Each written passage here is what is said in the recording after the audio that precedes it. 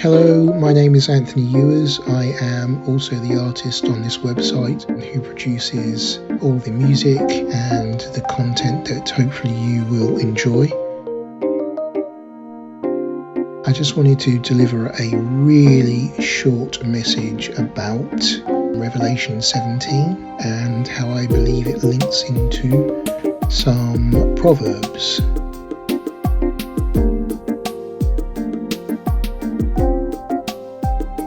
I've been reading the Proverbs ever since I came back to the faith after some years of backsliding. I sort of came back into the faith in 1999, so it's been 22 years now.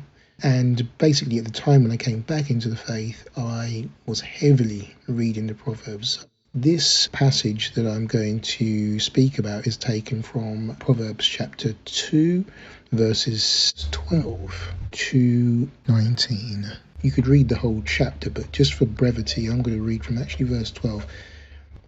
They will save you from the way of evil and from those who speak deceitfully, who leave the paths of honesty to walk in the ways of darkness, who delight in doing evil and take joy in being stubbornly deceitful, from those whose tracks are twisted and those whose paths are perverse.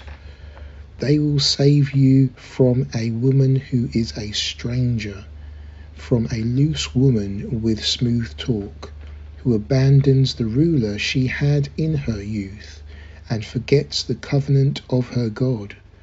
Her house is sinking toward death. Her paths lead to the dead. None who go to her return. They never regain the path of life. Now that is quite serious to me. That's Proverbs 2. I read from verses 12 to 19. And I read from the Complete Jewish Bible. Nothing incredibly special about that translation. It's okay, but I'm sure there are better ones. Now basically there you can see that this passage is talking about wisdom saving people from people who are deceitful, people who walk in darkness. It's also talking about wisdom saving you from a prostitute or an adulteress. And when you think about the scripture in Revelation 17, this is talking about Babel or Babylon, you may have in your translation, Babylon the Great, mother of whores and of all the earth's obscenities.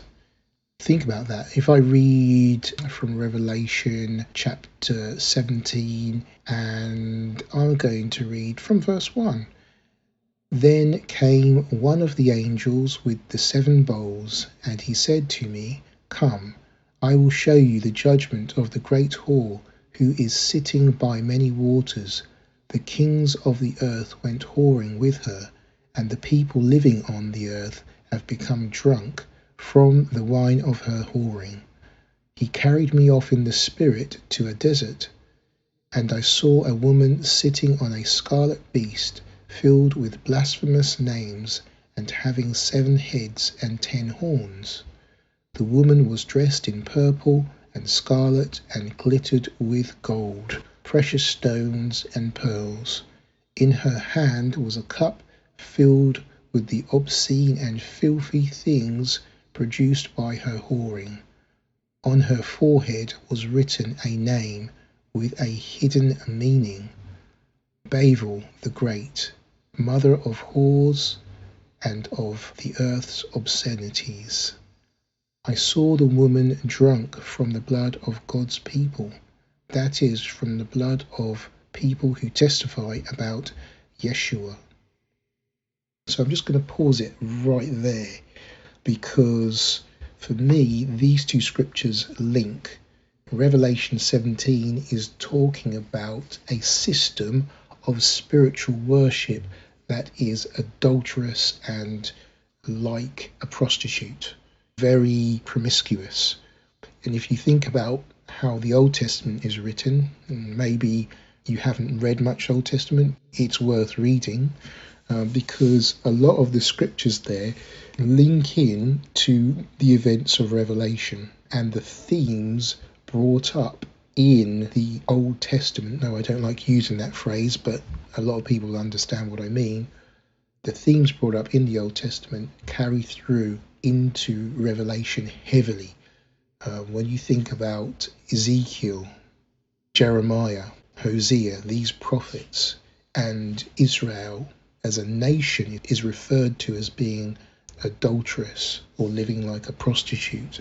What this really means is, instead of the people being faithful to Yah, they have branched off and they've perhaps worshipped Baal or these other gods which the Israelites were tempted to worship. So instead of having the purity in their worship, it is adulterated by other things. Now, people will say that the Old Testament is, dead, but it isn't. We know that all scripture is God breathed and useful for instruction and correction and all these things. And it's actually even more critical, because if you really get into the prophecies written in Revelation, you will see how they refer back to the religions that the Israelites, or at least some of the religions that the Israelites were told to discard and discount and keep away from, not to learn the ways of the nations. And what we have is a mystery system of religion with Christianity that actually encompasses some of the pagan elements which worshippers of Yah are not supposed to get involved in. So we have people who are deceitful telling us how to worship Yah. They've brought these things in, but they're not commands of Yah. They're not found in scripture that we should obey. They're commands of men. And as we should know, the Messiah, when he came to earth, he rebuked people who put up the traditions of men, making those traditions overrule the word of Yah. This is something we need to be careful about, because religion is shifting away from what it is saying in scripture and the example of the apostles and the example of Messiah and the example of the prophets, and it's becoming something quite different by stealth over time. And it's not just 40 years ago everything was okay, or 100 years ago, or in the time of Calvin or Martin Luther. We have to look back to Messiah and the apostles, because really from probably the 2nd century AD, 100 years or 150 years after the Messiah ascended to heaven, we have people shifting away from the faith to bring in these new institutions. For example, changing the Sabbath to Sunday. That's AD 321 with Constantine.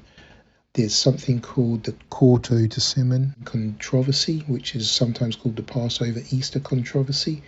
And again, we had Polycarp, who was a disciple of John, who wrote Revelation.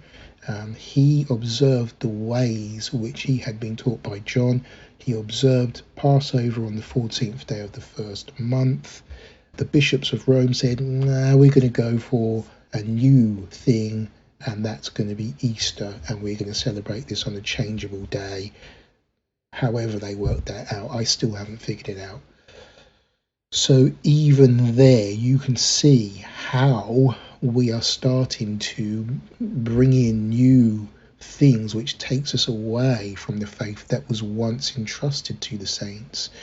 That was entrusted to us through the Messiah and his apostles. But man has steadily eroded over hundreds of years, millennia, the true teachings.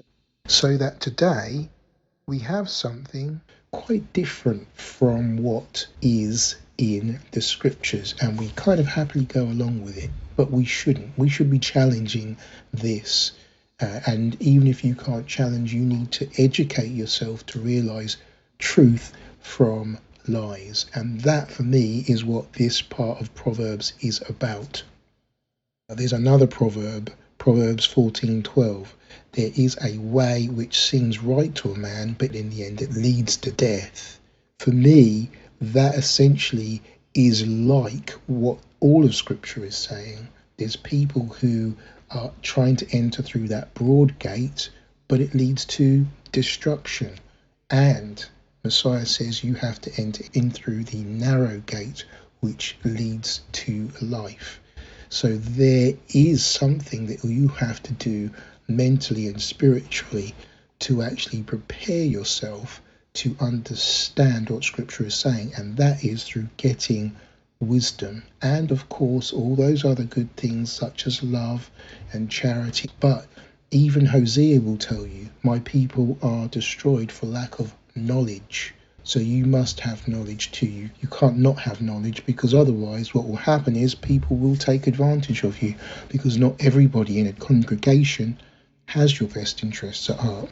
There are people who are there who are false. There are people who are sincere but get things wrong.